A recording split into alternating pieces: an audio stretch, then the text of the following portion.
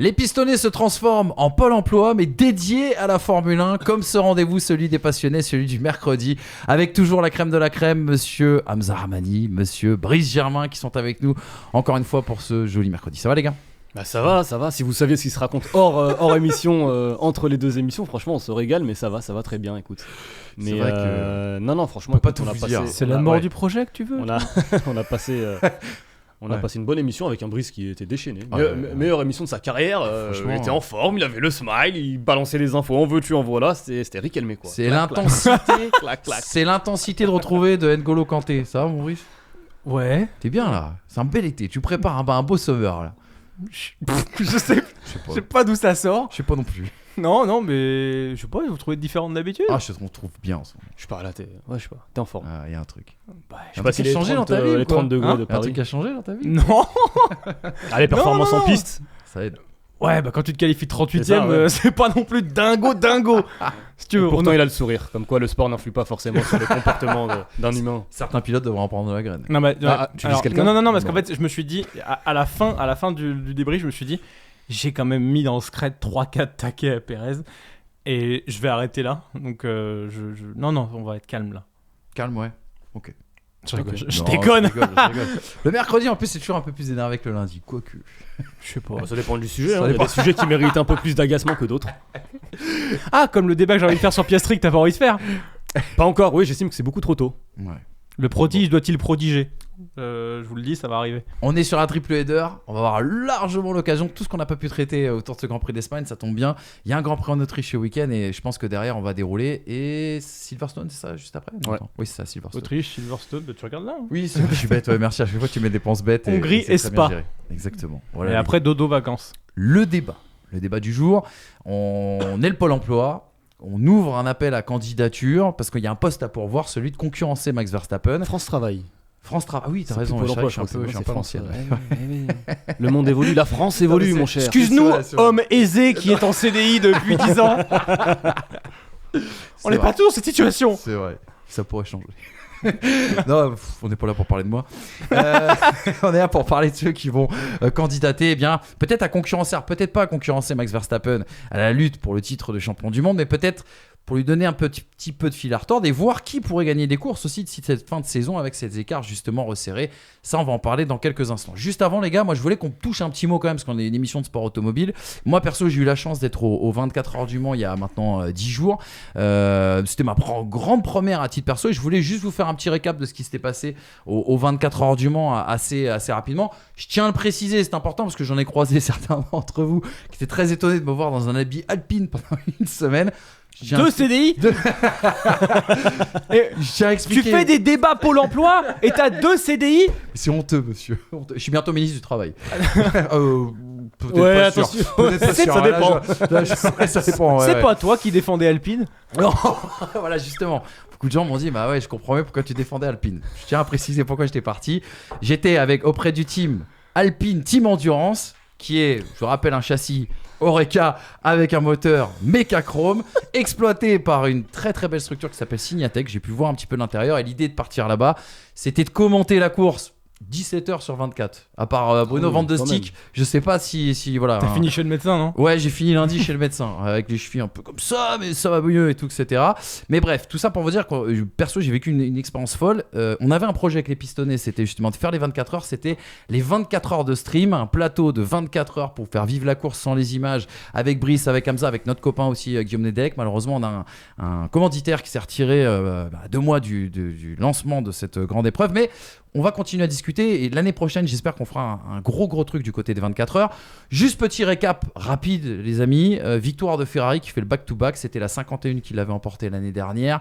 C'est la 50 qui s'est imposée cette année avec bien son trio Molina, Fuoco et Nielsen. Et Nielsen, merci beaucoup, ouais, tout à fait. Une course absolument extraordinaire où Ferrari, Toyota, Porsche, Cadillac se sont battus pour la win jusqu'à la dernière heure. On avait du mal avec des stratégies décalées, c'était absolument extraordinaire. Et il y a quelque chose moi qui m'a marqué justement dans le WEC, auquel j'avoue je m'intéresse de plus en plus cette année, où je me mets un peu tombé dans la marmite, c'est qu'on a quelque chose qui est complètement à l'envers de la Formule 1. La Formule 1 te contraint techniquement pour avoir des performances égales. Là, si tu veux, tu as une sorte de bride, on va essayer de vulgariser au maximum, tu as une sorte de bride de performance avec une puissance maximale qui est maîtrisée, avec une puissance énergétique aussi également maîtrisée, etc. etc. C'est la fameuse BOP dont on parlera sans doute un jour. Mais par contre, on a des concepts qui sont très hétérogènes, que ce soit en termes de châssis, en termes de moteur. On a par exemple une Cadillac qui a un V8 atmosphérique, c'est complètement barge. Tu as certaines voitures hybrides où l'hybridation se fait sur l'essieu avant, d'autres sur l'essieu arrière. Et il y a des pilotes qui sont absolument extraordinaires. Je voulais parler très rapidement de Kevin Estre, le Français qui a fait la pole position aux 24 heures du Mans, qui succédait à Loïc Duval, dernier Français à avoir réalisé la pole au Mans, qui nous a fait un tour sensationnel. J'ai eu l'occasion de passer beaucoup de temps avec Paul Louchatin aussi également au sein du team Alpine. Franchement, il y a des pilotes sensationnels dans cette catégorie et je pense que ce sera l'occasion d'en parler. En parlant de pilotes sensationnels et de sensations, Valentino Rossi n'était pas loin de pouvoir jouer la gagne justement dans sa BMW WRT dans la catégorie LM GT3. Malheureusement, son coéquipier s'est craché dans la nuit, mais on aurait pu avoir une victoire en 24 heures du Mans de Valentino Rossi. Bref, voilà, il y a eu beaucoup de choses à raconter et une histoire extraordinaire. Je finirai là-dessus. Il y a, vous savez, des teams officiels, notamment Porsche, et des teams clients. Jota, par exemple, qui exploite une Porsche 963 avec ses moyens. Il y a eu un crash en essai libre 4, première séance nocturne, essai libre 2, crash de Callum Ilott, un pilote qu'on a bien connu du côté de la F2. Voiture détruite. Ils devaient changer le châssis. Problème, c'est que du côté de chez Porsche, on n'avait qu'un seul châssis disponible. Oh, ça rappelle quelqu'un. Voilà. Porsche a accepté dans un premier temps de vendre son châssis à Jota. Derrière, Roger Penske, qui n'a jamais gagné les 24 heures du Mans et qui, donc, Penske exploite les team usines de Porsche, a dit « Non mais attendez, vous êtes malade, on va pas vendre un châssis à une écurie concurrente, à une écurie cliente ». Donc Porsche a rappelé Jota en leur disant non, en fait on n'a pas de châssis à vous revendre. On rappelle que Jota l'avait emporté dans la dernière manche du WEC du côté de Spa, dernière manche préparatoire pour les 24 heures du Mans, donc était une écurie qui était en lice justement pour la gagne. Et du coup Porsche a trouvé une solution au dernier moment, a dit mais on a un chocard qui est présent dans le village, il y a un chocard qui est présent dans le village des 24 heures du Mans, si vous voulez on vous vend le chocard et vous avez juste à extraire le châssis. Et une voiture qui se construit en une semaine a été construite en 2 nuits blanches par les ingénieurs de chez Jota à partir du châssis qui aurait dû servir à une chocard. Voilà, c'est ça aussi les 24 heures du Mans, c'est une semaine complètement barge avec plein de petites histoires et plein de petites coulisses. Et celle-ci n'a jamais été racontée. T'as même failli avoir la 83 qui était cliente, la F Corset. Tout à fait, t'as raison. Si elle a pas son problème avec Kubica au volant là. T'as raison. Si Kubica sort pas la BM de Vantore, en effet, elle aurait pu prétendre en tout cas à la victoire. Et cette portière, et ces 5 secondes alors que peut-être que ça méritait plus. Et passionnante. Franchement, honnêtement, c'est 24 heures de course passionnante. J'ai dû regarder une douzaine d'heures en tout et il n'y a pas un moment où j'ai décroché. Exactement. C'était vraiment fou. Je vous invite à regarder un peu le WEC. On continuera à vous en parler un petit peu. Et puis on espère aller à Bahreïn. Pendant qu'Hamza était sur un sombre Équateur-Paraguay amical, j'imagine. La Copa América n'avait pas encore commencé, mon cher ami. Non, mais des matchs de préparation. Oui, c'est vrai. Puis les corpos, les 24 heures du Mans, c'est l'équipe qui a les droits. Hamza est l'une des grandes voix aujourd'hui de l'équipe. Si vous suivez ce qui se passe notamment en Amérique du Sud. Ouais, gars, c'est tout le petit point, 24 heures. On fait pas d'émission spéciale, mais il était important de vous en dire un petit mot. Je vais pas parler des performances françaises. Alpine problème moteur, au bout de 6 heures, malheureusement, les 2 voitures avaient abandonné. Peugeot était très très loin dans la hiérarchie, n'a pas atteint le top 10. Allez, on lance le débat, on parle Formule 1. Il appelle à candidature. France Travail s'engage aussi pour la Formule 1.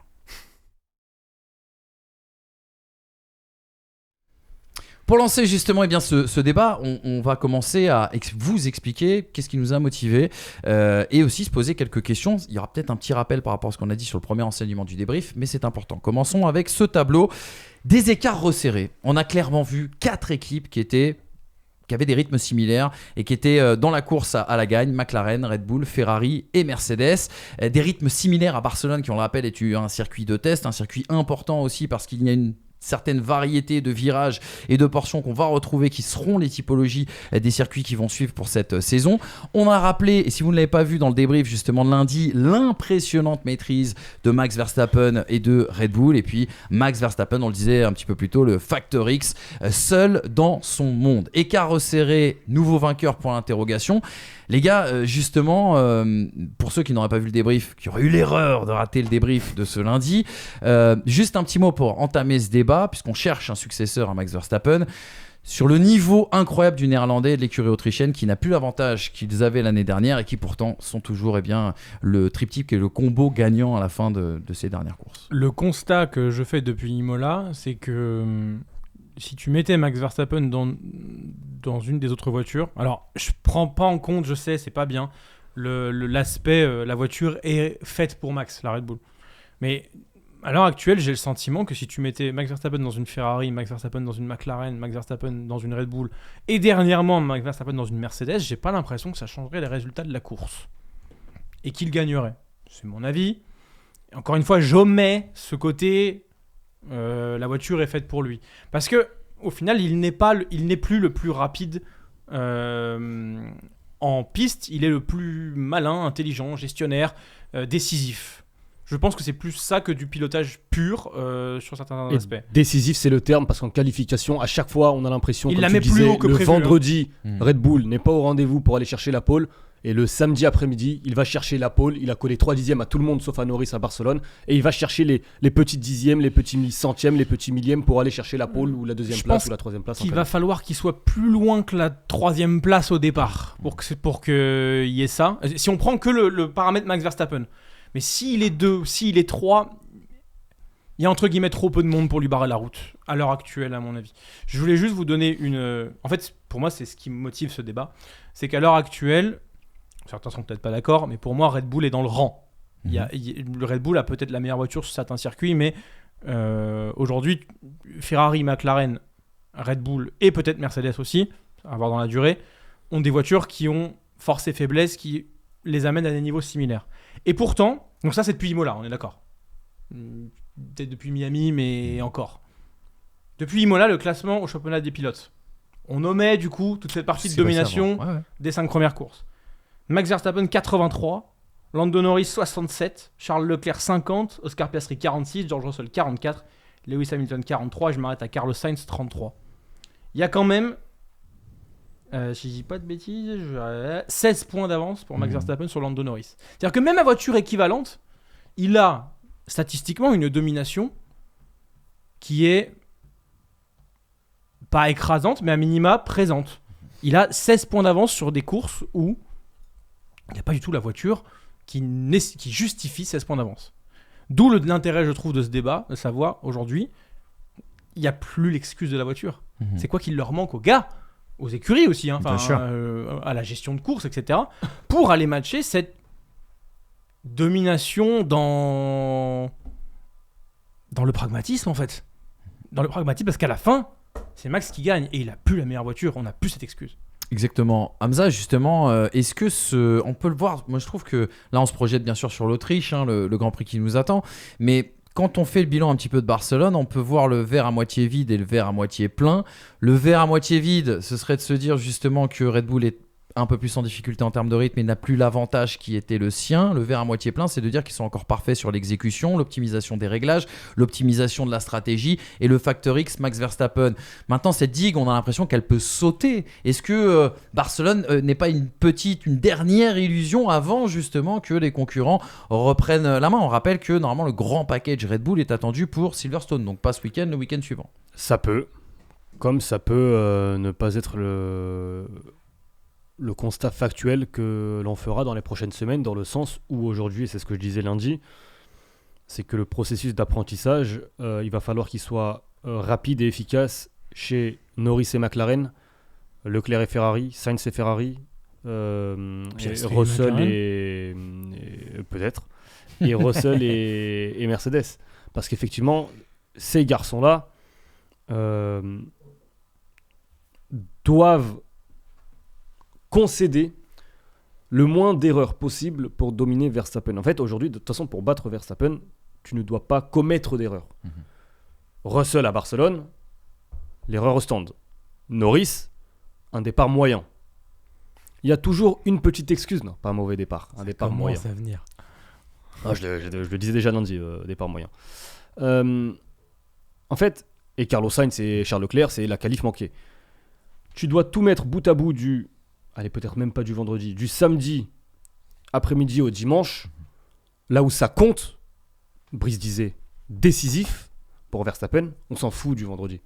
Vendredi, de savoir que Max c'est 7ème, Perez 14ème, c'est pas le plus important. Ce qui va être important, c'est la qualification. Et pour l'instant, qualification, Max répond présent. Alors on verra en Autriche, parce que l'Autriche, en plus, c'est un circuit où tu as la course sprint. Et depuis, sur ces dernières semaines, lorsqu'il y a une course sprint, souvent Ferrari réussit très rapidement à trouver le bon réglage pour ensuite performer dès la course sprint. Tu auras moins de phases de progression possibles pour Red Bull notamment. À voir. Mais encore une fois, si on parlait sur du moyen terme, pouvoir enchaîner 4-5 courses, tout à l'heure tu parlais de la stat entre Imola et Barcelone, c'est quoi? C'est 4 courses, 5 courses depuis Imola. Imola, Monaco, Canada, Espagne. Partons du principe que l'on veut faire une nouvelle statistique entre l'Autriche, qui est le prochain Grand Prix, et Spa, c'est le dernier avant la trêve. Avant la trêve, ouais. Donc sur ces 4 ou 5 courses que l'on aura, comment faire pour être en tête de ce mini-championnat de 5 courses et dominer Max Verstappen? Alors, évidemment que l'arrivée des évolutions chez Red Bull, ça peut changer la donne. Évidemment que la vitesse, et là j'en parlais il y a quelques semaines, la vitesse de développement, le fait d'amener des évolutions qui sont prévues par exemple à Silverstone, les amener avant, c'est ce qu'a fait Ferrari par exemple, ça peut aussi jouer. Mais maintenant, pour moi il y a une différence entre McLaren et Ferrari. Ferrari a déjà joué la gagne, a des hommes d'expérience, a des pilotes. Charles Leclerc a déjà joué la gagne sur des courtes périodes, mais Norris découvre cet aspect-là. Aujourd'hui, Norris semble plus candidat que jamais par rapport à Leclerc, par rapport à Sainz, par rapport à Hamilton, par rapport à qui vous voulez, pour lutter avec Max Verstappen, mais c'est en même temps lui qui doit apprendre le plus par rapport aux pilotes que j'ai cités. Donc ça va aussi, la vitesse d'apprentissage du fait de lutter et de ne pas commettre la moindre erreur possible, ça va être primordial pour savoir si oui ou non Lando Norris par exemple peut aller chercher je fais le même constat en pire pour Russell. Mais justement, regarde, prenons les candidatures les unes après les autres, les gars, puisque voilà, on doit recruter des successeurs à la win pour le reste de cette saison en Formule 1. Commençons, ouvrons la première candidature qu'on a reçue là lundi matin. C'était Lando Norris qui nous a écrit, qui était encore un peu courroucé parce qu'il s'était passé dimanche. Il a écrit à Hamza quand même à la base. Il a écrit à Hamza à la base qui. Il était dans mes indésirables. Donc, je crois qu'il vous l'a mis à vous deux aussi. Parce que moi je l'ai pas vu le mail. Dans le doute, il nous a mis en copie cachée. C'est la meilleure vanne que tu aies jamais faite. Et regardez justement cette première candidature. Lando Norris, les forces et les faiblesses. Ça va rejoindre un petit peu ce que tu disais, Hamza. Il a certes la meilleure voiture du plateau actuellement, à date. On parle à chaud, bien sûr, juste avant le Grand Prix d'Autriche. Il semble être, on l'a dit, libéré quand même par sa première victoire en F1. Vous l'avez dit dans le débrief justement de ce Grand Prix d'Espagne, avec son ambition, sa volonté en tout cas de s'attaquer au meilleur et de ne pas jouer petit bras, ce qu'on avait reproché à McLaren en début de saison. Et les faiblesses que tu as mis en lumière justement, Hamza, manque encore d'expérience dans la lutte justement pour la gagne. Puis peut-être quelques manques dans l'exécution, et ça on pourrait peut-être les tirer à McLaren. Lando Norris, vainqueur en 2024, c'est quand même, pardonnez-moi le parallèle, mais une cote à laquelle on a envie de croire, Brice. Oui, les faiblesses qu'il a, c'est des faiblesses qui n'existeraient pas s'il n'y avait pas ce qu'impose Max Verstappen, je trouve. Parce qu'en fait, des champions du monde qui ont fait des erreurs, il y en a plein. Même si tu prends par exemple l'année 2007, aujourd'hui Lando Norris il fait une saison de champion du monde s'il est en 2007. Ouais. Il est ultra régulier, il surperforme, il est analytique, il y a des petites erreurs, mais en fait ces erreurs elles sont minimes. Mais en face, il y a un ogre qu'il n'y a pas eu à toutes les saisons en l'histoire. Donc en fait, là, le barème des faiblesses, on est obligé de le tirer vers le haut, dans le sens où il en faut presque aucune. Alors, la régularité qu'il a là maintenant, il ne l'a jamais eu. Le calme aussi, pour réaliser ce qu'il fait, il ne l'a jamais eu. Pour moi, effectivement, c'est celui qui est le mieux armé, et je suis presque déçu que ce soit lui, comparé à l'expérience, comme a dit Hamza, que peut avoir un Charles Leclerc vis-à-vis de ça. 2022 aurait dû être quelque chose de même si, encore une fois, il y a un problème de qualification et pas un problème de gestion de course chez Charles Leclerc. Oui, mais il est mieux armé aussi parce qu'il a la voiture, en fait. C'est pas le pilote, oui, bien sûr, c'est McLaren qui lui permet, lui, d'être mieux armé aujourd'hui, justement, à devenir ce concurrent. Non, mais comme diraient les Twitchers, il ne choque pas. Il n'a pas de moment où il ne choque plus. Il ne choque plus. Ouais. Oui, mais justement, on s'en fout qu'il ait choqué avant, tant qu'il ne choque pas maintenant. Non, mais ça fait partie de la progression, c'est Bien ce que je sûr. dis. Mais T'es d'accord qu'il a pas de choqué dimanche alors? Bien vu. J'adore me retrouver face à des mecs qui ont une répartie pareille. Parce que franchement, je suis là. Ah, les bâtards. Il a raison. Il a un petit peu de choqué. choqué. Et puis Ça par arrive rapport... de rater son départ sur Mario Kart, mais pourtant je peux gagner la course. Et puis, il y a un élément, tout à l'heure, tu fais par exemple la comparaison avec 2007. Il y a un élément, je trouve, fondamental aujourd'hui en Formule 1, c'est la fiabilité aujourd'hui des monoplaces. Ce qui veut dire que l'influence Ouais. du pilote aujourd'hui, elle est plus grande, même 2007. 2007, c'était il y a 15 ans. C'est vrai. Sauf qu'à l'époque, t'avais des abandons. T'en avais Sur problème même mécanique, 2-3 Massa, par- oui, mais ça existait. Aujourd'hui, honnêtement, c'est extrêmement rare d'avoir des abandons mécaniques, un moteur qui pète. Plus une erreur du pilote, comme tu dis. Exactement, que- donc aujourd'hui, l'influence du pilote, même si évidemment qu'il reste dépendant de la performance, mais de la performance intrinsèque de sa monoplace, mais la fiabilité, finalement, aujourd'hui, j'ai l'impression que toutes les écuries, ou presque, enfin, les écuries du haut, ont cette fiabilité. Là où l'influence du pilote, et là je te rejoins, c'est vrai que le fait d'avoir Lando Norris, le pilote le moins expérimenté justement à cette lutte pour la bataille, mais peut-être aussi qu'il va prendre très rapidement. Parce que mine de rien, Alors, le moins expérimenté dans quoi on part à Verstappen, Leclerc, Dans Norris, la c'est lutte tout. à la gagne. oui, quoi. c'est ça. On n'inclut pas, du coup, Piastri, Hamilton, Russell, je le mets- Hamilton. Hein. Oui, voilà, les autres, Hamilton quand même. Oui, non, mais, je veux dire, on n'inclut pas le reste. Vous allez voir, il nous a envoyé une candidature. Mais mine de rien, Forward Fred Vasseur. là en fait, ce débat aujourd'hui, on est excité parce que même s'il y a plus de 50 points, je crois d'avance, 60 points d'avance Ouais, pour- ça, au, 60. au championnat. 9. Moi, ce qui m'intéresse de savoir, c'est la vitesse d'apprentissage de Norris, la vitesse d'apprentissage de Leclerc, la vitesse d'apprentissage de Russell s'il arrive là pour 2025. Complètement. Parce que concrètement, on peut, et je l'espère, avoir une lutte avec 4 constructeurs, enfin 4 écuries différentes. Et pourquoi pas 5, 6, 7 pilotes qui vont jouer le titre l'année prochaine. 4 moteurs différents. Mhm. Ah, bref, Non, mais c'est vrai. C'est quand même une diversité qui est folle.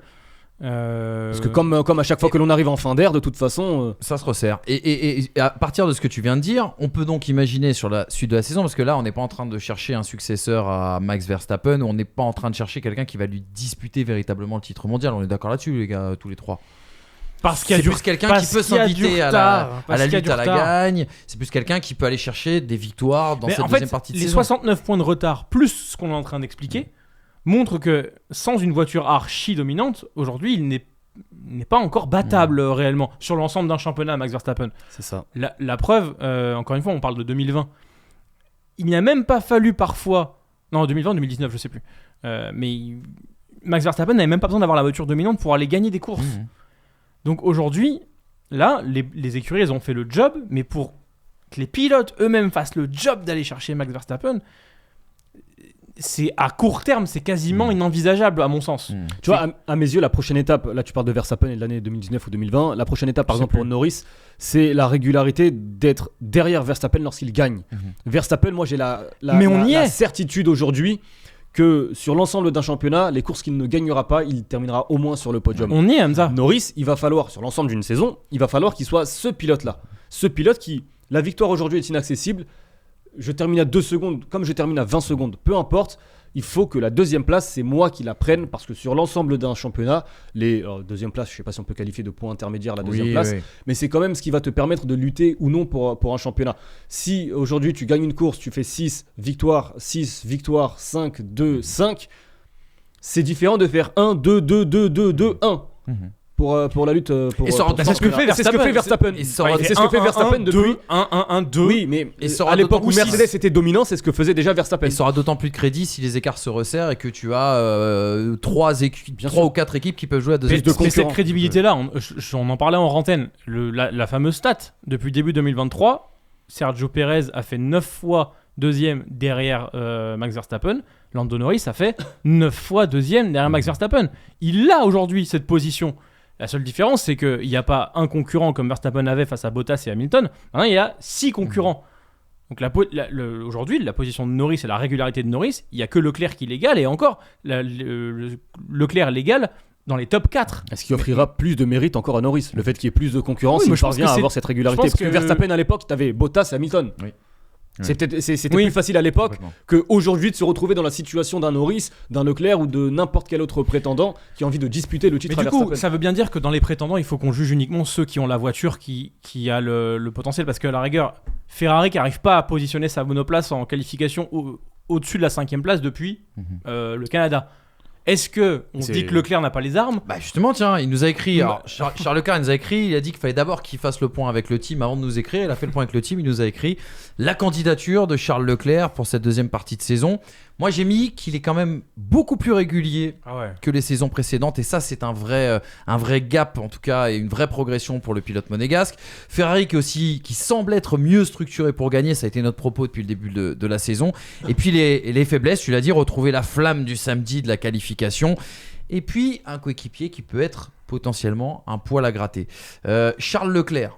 Justement, qu'est-ce qui manque à Charles Leclerc aujourd'hui pour s'inviter à la gagne ? On en a un peu parlé lundi. Il manque la monoplace qui performe le samedi, mais ça tu l'as dit. Parce qu'en fait, c'était un super point fort en 2022, mais qui ne correspondait pas à ce qui se passait en course parce qu'on pouvait dépasser beaucoup plus facilement. Là, la track position au vu des écarts est si importante qu'au final, il faudrait qu'ils aient la voiture de 2022 pour ça, et c'est bien dommage pour le coup. Et effectivement, il y a un côté qui fait qu'on encense Max dans le fait qu'il faut être impérial pour aller le battre, mais Max, il est tout seul dans l'écurie. Et la voiture, elle est full orientée vers lui, ce qui n'est pas le cas de Ferrari. Ferrari, il a Sainz qui va venir lui prendre des points, qui lui a pris des points en début de saison parce qu'il était stratosphérique sur les 2 premières courses ou 3 premières. Non, 3 premières courses. Les 4 premières, les sauf l'Arabie Saoudite qui ne joue pas, donc ça fait les 3 Il était premières. stratosphérique à ce moment-là, c'est des points retirés à Charles Leclerc. Là, il est un peu rentré dans le rang quand même depuis McLaren est revenu en fait. Depuis Imola, il est un peu rentré dans le rang Carlos Sainz. Mais parce qu'aussi les évolutions d'Imola ont un peu plus convenu visiblement à Charles Leclerc. Mais ce qui lui manque, sincèrement, là, je dirais un peu la voiture du samedi, plus qu'autre chose. Parce que quand il était là, je pense qu'il match avec Norris. C'est la seule chose, c'est qu'il n'arrive pas à positionner la voiture aussi haut que Norris au début, en qualification. Sinon, quand tu regardes Imola, le rythme, il l'a. C'est juste qu'il est derrière Max Verstappen. Et là, même à Barcelone, c'est masqué par la position en piste, mais dès que tu regardes le cleaner de Charles Leclerc, il est entre Norris et Verstappen. Sur les pneus soft du dernier relais de course, et même sur les médiums, il est au niveau de Max Verstappen. Donc, je pense qu'il a les armes, mais il y a juste un retard, à mon avis, un petit retard sur la qualification du samedi qui empêche la Ferrari de développer son rythme le dimanche. C'est bien dommage parce qu'apparemment, elle a le meilleur rythme le dimanche. Et je dirais autre chose aussi. La régularité que l'on a vue chez Leclerc en début de saison, enfin que l'on voit sur ce début de saison jusqu'à... À part le Canada. Jusqu'à Monaco, c'était le seul pilote à faire que des top 4. C'est vrai. L'étape suivante pour jouer un championnat, encore une fois, je suis dans l'optique de l'excellence et les du top coup 3. Bah oui, mais c'est ça. Ouais. Ça veut dire que la prochaine étape, c'est au lieu de faire que des top 4, c'est faire des top 3. Parce que mais encore une fois, plus je choix de pilote, plus c'est compliqué. Parce que dans tous les top 4, il y a pas mal de 4e place. Et j'ai envie de vous poser une vraie question concernant Charles Leclerc. Ce week-end, il y a un Grand Prix d'Autriche. On va fêter une sorte de triste anniversaire pour les supporters de Charles Leclerc. C'est les 5 ans de cette victoire raté, perdu avec Ferrari, tu sais, ce dépassement de Max Verstappen au T4, si je dis pas de bêtises, ou avec un petit peu de vigueur. De vigueur, voilà, merci beaucoup. À l'époque, on avait le droit d'éjecter le pilote, c'est ça, le concurrent. À l'époque, on avait le droit, et Charles Leclerc avait dit après cette course, Just an incident. Maintenant, j'ai compris. Est-ce que on a dit il est plus régulier, Charles Leclerc. Il a aussi une meilleure maîtrise, j'ai l'impression, de ses éléments et des pneumatiques, aidés aussi par une voiture qui est un petit peu moins gourmande dans ce domaine-là.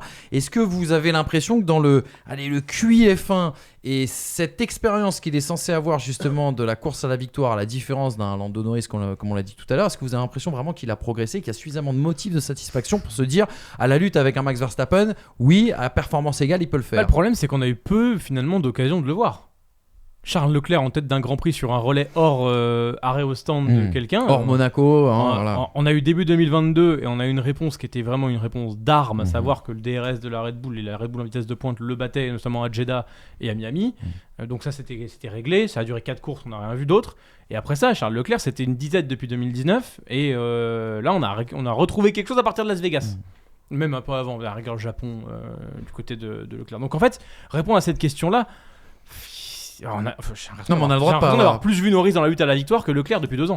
C'est en ça que je voulais vous emmener, c'était savoir si on pouvait y répondre à cette question. Mais c'est dur. C'est vrai que c'est pas facile. Moi, je trouve ça dur. Mais par contre, dans la manière dont je l'ai vu gérer Monaco, dans la manière dont je le vois gérer depuis justement, on va dire, 15 Grands Prix, c'est-à-dire depuis le fin de saison dernière et maintenant, je trouve qu'il y a une évolution.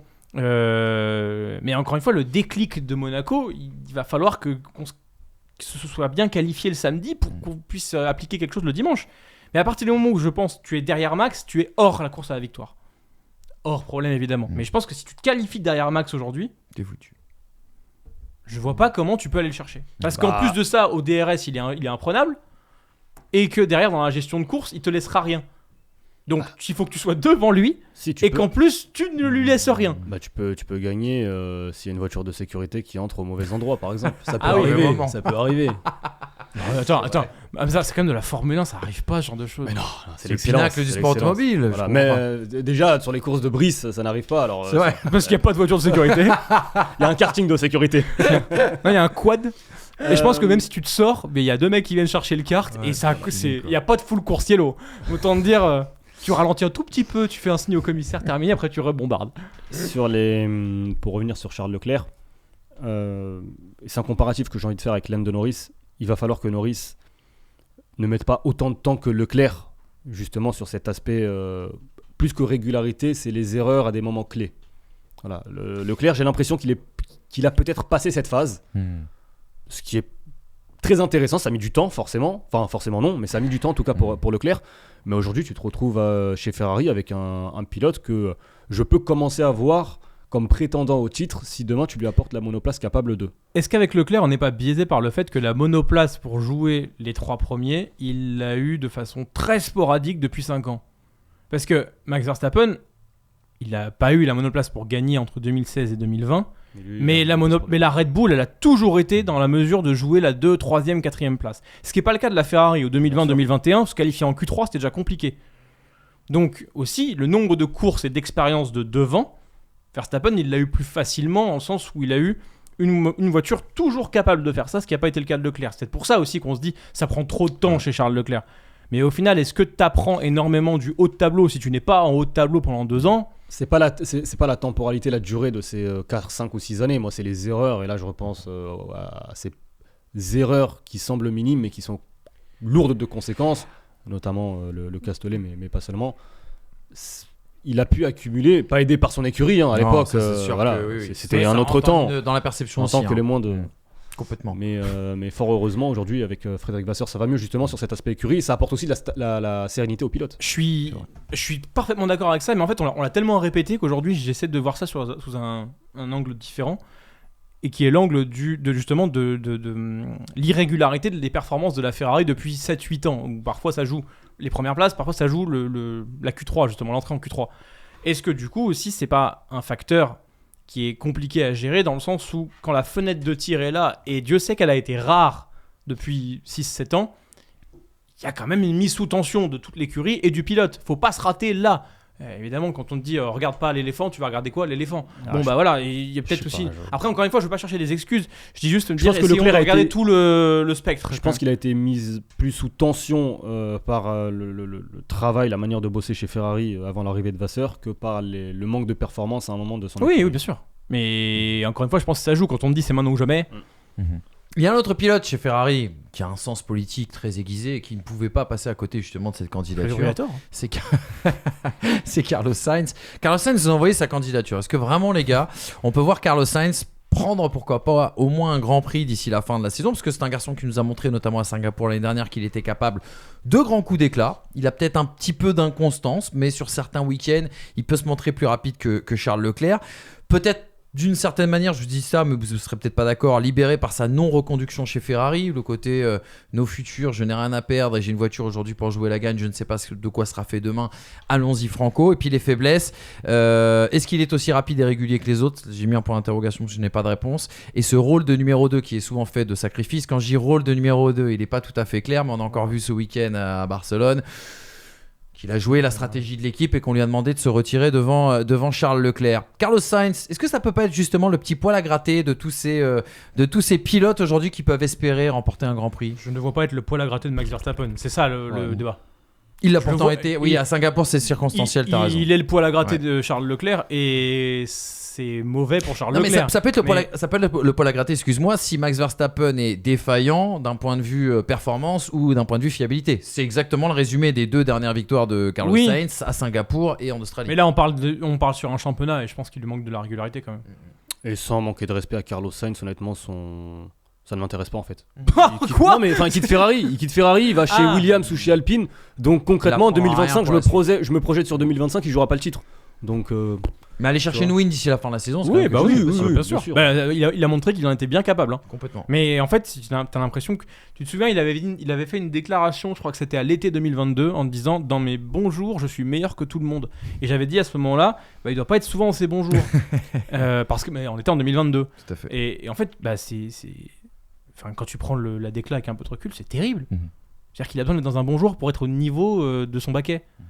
C'est dommage, quand même. Sachant que quand tu vois ce qu'il est capable de faire, et quand tu te dis que tu as ça une course sur 5, t'avais pas ça au début de saison, je suis d'accord, il y avait vraiment ce rythme incroyable. Mais du coup, bah, est-ce que tu peux te baser sur lui pour une lutte au titre? Hmm. Bah, il une part de lutte au- trop loin, sur- je trouve. Attends, avant on avait 16 courses. Sur un malentendu, pourquoi pas? Et il y en a 24. Bah, faut être dans un bon jour 24 courses sur 24 pour réussir à gagner, et en ayant Max Verstappen qui n'est soit pas là parce que la monoplace va pas comme à Singapour, soit pas là parce que il abandonne au bout de 2 tours. C'est pour moi pas suffisant. Ok. Next. Ok. Alors, il y a 2 candidatures. Pour rien vous cacher, je les ai reçues à 15 jours. Qui À la base, on les joue avait, trop le rôle. on les avait éliminés. Il va mettre Alonso. On les Il va avait. mettre Alonso. Non, je te jure, je pense qu'il va mettre Brice Germain. C'était il y a et- 15 jours. On les avait complètement éliminés. Puis finalement, on a vu ce qui s'est passé un petit peu du côté de mais l'Espagne. Ah oui, Mercedes. Et 2 candidatures en effet de Mercedes qu'on a décidé de repêcher, c'est essayer de se poser les bonnes questions avec 2 candidatures assez différentes, vous allez le voir. On a d'abord Lewis Hamilton, on va les traiter en même temps parce que je pense que ça peut se traiter en même temps. Lewis Hamilton, je vous refais pas le parcours, un recordman de titres, 7 cours, recordman de titres 7. Victoire, je crois qu'il en est à 103 désormais, 103 podium et à 198, je ouais. crois que c'est ça. Libéré de la pression de l'enjeu, quelque part il sait qu'il ne jouera pas le titre, notre ami Lewis Hamilton cette année. Les faiblesses que sa voiture peut-elle rivaliser avec Red Bull? On a quand même encore un peu l'ombre d'un doute parce qu'on s'est habitué au circonstanciel avec Mercedes, même si on voit qu'elle manque un bond en avant. Puis surtout, la grande question avec cette théorie du complot qui, je sais, vous a plu ce week-end, que vous avez suivi. Moi, j'ai suivi passionné. Incroyable. C'est incroyable cette histoire de mail envoyé comme quoi il y aurait un plan anti-Lewis Hamilton au sein de chez Ça Mercedes. se trouve, c'est Brice avec un VPN. Dans le A-t-il encore le soutien de Mercedes, Lewis Hamilton? il y a dans le mail, il y a quand même écrit que Toto Wolff se sentirait comme une femme trompée Ouais, là, c'est... qui ferait la vie dure à son mari. C'est Non, mais catastrophique. France Dimanche, Ouais, vraiment. ça va pas aussi C'était loin du que ça. Paris Vraiment. Badge. Ah, ouais. J'ai même pas lu le mail. Ah, Ah, le mais mail, c'est je vous conseille d'aller incroyable. lire, c'est incroyable. Ok. Donc on a ce Lewis Hamilton, vraiment en interne c'est plus possible, bon ça on n'a pas d'infos. Et puis on a George Russell qui fait quand même une saison 2024 assez consistante les gars, qui on le sait a une très grosse vitesse de pointe, qui nous a gratifié d'un super départ encore en Espagne, mais les faiblesses on les connaît, encore trop d'erreurs quand il est justement dans les moments de vérité, on va dire, d'une course. Et est-ce que Mercedes, encore une fois, pour le même cas que Lewis Hamilton, est-ce que Mercedes va être suffisamment au niveau pour pouvoir jouer la gagne justement sur cette deuxième partie? Vous en pensez quoi des 2 candidatures de nos petits gars de Deux chez Mercedes? candidatures totalement différentes. Russell, c'est facile, c'est Lando Norris 2 ans avant. On est d'accord? Oui, Dans l'idée, c'est un peu ça. c'est vrai, ouais, clairement. Ouais. C'est le potentiel est là, la vitesse est là, il nous fait des trucs de malade mental, ça ne concrétise pas. Singapour dans le mur, Clairement. Australie dans le mur. Il nous fait un Là, il y a une départ erreur de de fou. stratégie. Il ne peut. Ouais, il y a ça, et puis Sur en même temps, il les- peut sur pas les rivaliser avec. Parce C'est que vrai. il a aussi une monoplace qui, pour moi, reste en dessous. Ouais. On va pas parler- il y a du un bond en avant, certes, mais en attendant, tu peux pas rivaliser avec une Red Bull derrière toi quand t'as une Mercedes à l'heure actuelle au vu de la vitesse de pointe, c'est sûr et certain. Mais il y a des très bonnes choses, mais il y a besoin de beaucoup plus de consistance, que ce soit de la voiture et du pilote et de la gestion de Mercedes qui nous fait encore un arrêt à 6 secondes. Ouais. Ça c'est sûr et certain. Maintenant, il est quand même, il est juste en retard il est juste en retard par rapport aux 2 autres. Quand on a dit potentiellement oui, Leclerc et Norris. et Norris. Hamilton, c'est un gros point d'interrogation pour moi à ce niveau-là, parce que quid de sa motivation actuelle dans son package actuel, parce que je suis pas sûr du tout qu'on voit le même Hamilton l'année prochaine. Dans un nouveau défi, dans un J'espère nouveau pas, truc. en tout cas. Vettel en 2014, tu peux pas le mettre dans un concurrent au titre. Par contre, Vettel, à un moment donné, quand il revient en 2015 et qu'il gagne pour la première fois avec Ferrari depuis je sais pas combien de temps en Malaisie, tu te dis ah, Il est tout frais. il a la rage. Mm. Donc, Hamilton, pour moi, là, cette saison, c'est un gros point d'interrogation. Et on le voit quand même, à chaque fois qu'il a l'occasion de faire quelque chose, il le fait. Hein. Il y a quand même Tu peux te dire qu'il a fait des erreurs à Montréal, par exemple. À Montréal, il doit aller chercher le podium et. Oui. Mais Ce qui est inhabituel pour encore Lewis une fois, je Hamilton. pense qu'il a un contexte qui va pas. Je sais pas si ce mail est vrai, je sais pas si ce que dit lui est vrai, mais en attendant, si lui craint des choses, peu importe, il a forcément en tête. Enfin, je pense qu'à mon avis, il est pas à 100% en ce moment. Lewis Hamilton est depuis 2022. Donc c'est Un coup d'éclat sens- d'ici la fin de saison si cette Mercedes confirme. Franchement, ouais. Et pour le coup, s'il y a une lutte avec Russell, je vois plus Hamilton gagner. De la même manière qu'on a vu parfois Sainz gagner à des moments où on s'attendait à ce que Leclerc gagne. C'est qu'il y a une consistance, peut-être moins de fulgurance, mais plus de consistance. Comme pour tous les concurrents, c'est dépendant forcément du matériel de la monoplace. Mercedes a fait son bond en avant, mais les autres aussi vont faire des bonds en avant. Donc la question principale déjà, c'est est-ce que Mercedes sera capable De tenir le rythme. de tenir le rythme de développement des autres et aussi Survivre. la compréhension, exactement, survivre, la compréhension de justement de ces développements. Concernant Hamilton, je te rejoins. Le pilote, j'ai aucun doute sur ses capacités, ses qualités. Il nous l'a prouvé tant d'années. Lutter pour des victoires, des 103 fois podiums, pour la être exact. régularité, etc. Bref, on va pas refaire sa carrière. La motivation, je pense que c'est une question qui ne se posera pas la saison prochaine et je pense sincèrement que c'est même une question qui ne se posera pas cette saison s'il a la monoplace pour compétir. Enfin, pour lutter. Waouh. Pour, Espagnol. Pour Compétir. se battre. Bref. Ouais. Face à, S'il te plaît. pardon. face à Verstappen. Sincèrement, je pense, et là je te rejoins pareil, en tout cas aujourd'hui, Russell, c'est pas qu'Hamilton m'offre plus de garanties, c'est que Russell ne m'offre pas suffisamment de garanties pour me dire que c'est un pilote talentueux, c'est un pilote rapide, on connaît ses qualités, d'accord, il a commis des erreurs, mais là où déjà Norris et Leclerc, on parlait tout à l'heure de la nécessité d'être hyper régulier sur les deuxièmes places, sur les troisièmes places lorsque tu ne peux pas gagner, c'est simple.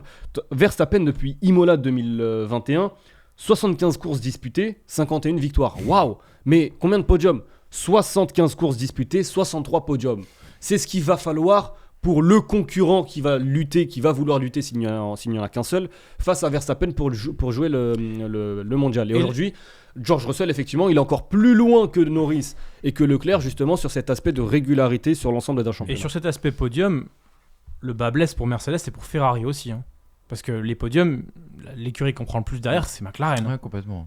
Donc, cette remise en perspective que tu viens de faire pour Hamilton et Russell, elle m'exclut presque les pilotes Ferrari du De job. l'équation. Du job. Même si, encore une fois, ça se joue à rien, parce que Leclerc, top 4, tu vois. Que des top 4. Attendons de voir le jeu aussi également, les gars. Vous avez beaucoup insisté sur le fait que le matériel aussi serait déterminant dans cette histoire, le jeu des évolutions et des mises à jour qui vont être effectuées.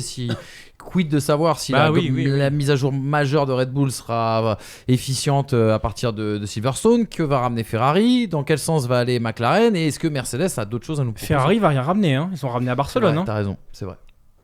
C'est assez inquiétant d'ailleurs. Ils n'ont pas tout à fait compris encore. Voilà. Ce qu'ils ont ramené, savoir si ça marche Oui, ou pas, et c'est pas les mais- seuls d'ailleurs, il y a beaucoup d'écuries Ça qui sont dans ce cas-là. ça peut aller vite, hein, la compréhension. Mais est-ce qu'ils avaient compris Imola déjà? Ils savent pas trop non plus. Hein. Non, mais c'est vrai qu'il y a un point d'interrogation sur l'énorme package arrivé à Imola, où on s'est tous réjouis à Monaco, mais c'était pas la piste en tout cas pour voir si ça marchait ou pas. En tout cas, en conclusion de ce débat, moi j'aurais tendance à dire Ah, on que met je pas suis Pérez et vraiment Piastri. excité Bah si. par 2025. Mais tu sais qu'ils nous ont envoyé des candidatures. Ah Il y a des pilotes qui nous ont envoyé des candidatures. Les gars. Allez, vas-y. Moi aussi j'ai postulé à l'Elysée. Hein. On regarde, on va pas passer beaucoup de temps, mais c'est des pilotes qui nous ont dit peut-être que pour aller chercher une Il a victoire mis Alonso. d'ici la Il a fin- mis Alonso. d'ici la fin de la saison, C'est ce que t'attendais. peut-être Il a mis Alonso. peut-être que pour aller chercher une victoire d'ici la fin de la saison, Il est 11ème en qualif. nous, on y prétend. Nous ont tous dit. Alors, il y a Pérez, mais je me suis permis de le noter avant d'en discuter avec vous. Espoir évanoui pour Sergio Pérez, qui paraît compliqué. Petite déclaration, juste comme ça. Christian Horner nous a dit qu'en simulation, Sergio Pérez, il va falloir qu'on ouvre un débat un de ces quatre. Sergio Tu Pérez, crois en simulation, il ne pouvait pas faire mieux que 7ème ou 8ème sur la course à Barcelone. Mais encore Par une fois, rapport à c'est quoi, à la qualif? Bah, oui, aussi, et par Oh. rapport à la pénalité. encore une fois, Mais je- moi méga je suis désolé. On va me dire que je prends encore et toujours la défense de Sergio Pérez. moi je suis pas persuadé que la Red Bull soit si bonne que ça. Ah oui, Et que piloter, encore une fois, je repense à l'entretien, le très long et très intéressant entretien, bah forcément Alex Albon c'est souvent très intéressant, où il explique c'est quoi conduire une Red Bull quand tu n'es pas fait, quand tu n'es pas, tu n'as pas le style pour conduire une monoplace qui est développée pour Max. Et il a cet exemple que tu avais brillamment souligné sur justement le curseur de la souris. Tu bouges très légèrement le volant, tu bouges très légèrement ta souris, la sensibilité elle est au max, elle se retrouve là-bas. Tu mets Pérez, mais je pense sincèrement que tu mets beaucoup de pilotes à la place de Pérez, je suis pas sûr qu'ils fassent des meilleurs résultats que ça veut, dire que Checo Pérez. ça veut dire que ton offre d'emploi de deuxième baquet doit correspondre. Elle ne sert à rien. Elle doit correspondre au style de Max. Exactement, mais va le trouver le style de Max Verstappen. C'est pas un style. Mercedes le cherche encore. Mais c'est bien pour ça qu'ils ont pris des expérimentés parce qu'ils pouvaient à peu près s'adapter. Mais du coup, pourquoi pas Alonso, ça on sait pas. Alors Alonso, j'ai mis qu'Aston était bien trop dans le dur. Dans l'idée, c'était voir s'ils peuvent pas aller chercher une victoire. Piastri, j'ai mis une deuxième année plus compliquée. Et attends, mais on a reçu d'autres. On a reçu d'autres candidatures. Gasly et Ocon nous ont par exemple dit mais nous on a bien gagné sur un épiphénomène et une course un petit peu extraordinaire. Pourquoi ça ne pourrait pas arriver une deuxième fois? Alex Albon nous a dit et dans une course à grabuge, Gasly et Ocon l'ont fait. Pourquoi pas moi? Les épiphénomènes. Je regarde dans votre mail une candidature de Pastor Maldonado pour le même argument. Pour le même argument. Non mais c'est vrai les gars, juste pour la course à la victoire, là je le dis bien sûr avec beaucoup d'humour, mais pour la course à la victoire, est-ce qu'on peut pas avoir une surprise dans cette fin de saison avec ces écarts qui ça va être de plus en plus dur avec 4 écuries en haut. C'est ça. Soit t'as Hongrie 2000, c'était quand Ocon 2021. Soit t'as Hongrie 2021, t'as un strike devant et du coup ça libère qui élimine Bottas, Hamilton, Verstappen. Mais là va falloir éliminer 8 pilotes concrètement, enfin ou 6 ou 7. Parce que déjà Piastri ou par exemple Sainz, c'est déjà hautement improbable qu'il gagne. Ouais. Parce que c'est vrai qu'aujourd'hui t'as des concurrents à la victoire solides. Aujourd'hui le top 8 il est verrouillé au point où même Pérez n'est pas sûr de finir dans le top 8. C'est la preuve, il s'est battu avec les Alpines. Donc, mais ouais, il a fini 8, mais c'était chaud. Hein. Ouais. D'ailleurs, grâce à une meilleure stratégie différente. Alpine, je précise, s'en sert de communication en disant on était à la lutte avec une Red Bull, c'est quand même pas mal. J'ai lu, je voulais pas la dire. C'est une Red Bull sans sucre, hein. C'est la version light que vous aviez. Hein. Donc, organique. Ouais, voilà. Organique.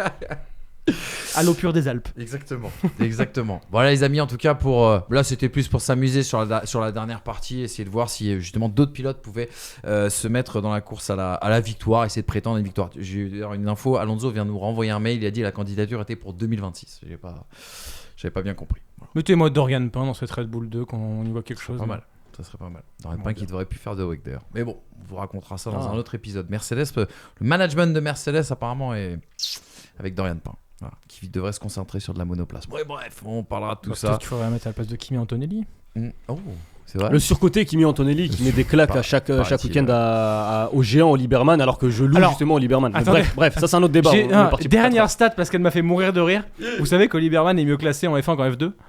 Oui, vrai, il est 12ème en F1 et il est 16ème en F2. Après, on n'oubliera pas le propos dans l'excellente interview que je vous invite à retrouver d'Isaac Adjar auprès de Hamza. Mais parce que moi je me souviens justement en Arabie Saoudite, on avait dit non, mais c'est normal. Un pilote catapulté qui arrive le samedi, il est au volant d'une Ferrari, il termine dans les points, c'est normal. Il est à quelques millièmes d'éliminer Hamilton de Q3, c'est normal. Qui a dit ça? C'est normal. Ici, mais les commentaires ça a été dit partout ailleurs. Ça a été dit beaucoup et t'étais pas loin de penser. Mais tu n'as pas dit, t'as pas été aussi extrême. Non. Tu n'as pas dit, je te précise, tu n'as pas été aussi extrême.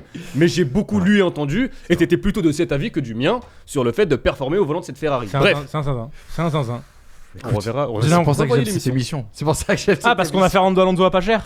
C'est ça. Pas le coup de volant. Hein. Vous le verrez dans un épisode bientôt quand ça sera monté. C'est en préparation. Le montage prend un petit peu de temps. Merci les gars en tout cas pour ce super débat. Je vous rappelle que le Grand Prix d'Autriche c'est ce week-end. J'espère qu'on va se régaler. On sera là pour vous le faire vivre aussi également sur Winamax TV à travers l'émission Pole Position. Petite bande-annonce si vous souhaitez. Pareil, faites-le avec modération et écoutez surtout les conseils de notre ami Thomas Dufan. Comme tu le sais, nous sommes soutenus par Winamax, donc viens jouer avec nous sur tes sports préférés. Si tu aimes les courses automobiles et la Formule 1, ça se passe chez les copains de Winamax. En collaboration avec Wina, nous avons cette offre de bienvenue avec le code FT10 et le lien en description. Lors de ton premier dépôt, tu es automatiquement remboursé jusqu'à hauteur de 100 € et on t'ajoute même 10 balles en bonus. Important, le jeu est strictement interdit aux mineurs et peut comporter des risques, donc on ne joue que des sommes que nous sommes prêts à perdre.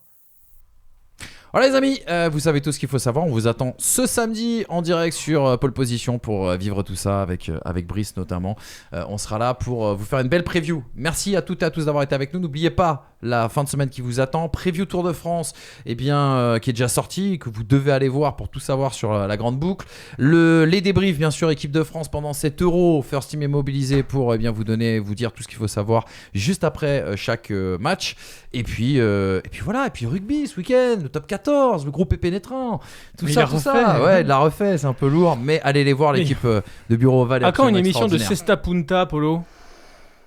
Bientôt? Pour bientôt, ouais, parce qu'il y a un grand événement en Anglet en juillet, mais je peux pas en dire trop. Mais genre, c'est ça. C'est vrai, en plus, il y a un super événement en Anglet. Un événement de paddle pour choper des CPM un peu plus élevés. C'est de la Cesta Punta, mais c'est du First Team plein jus en tout cas. Passez une bonne journée les gars, merci beaucoup, vous avez été excellents comme d'habitude. Restez les pistonnés que vous êtes étiez fantastiques. Allez, salut, merci, au revoir. Bonne semaine.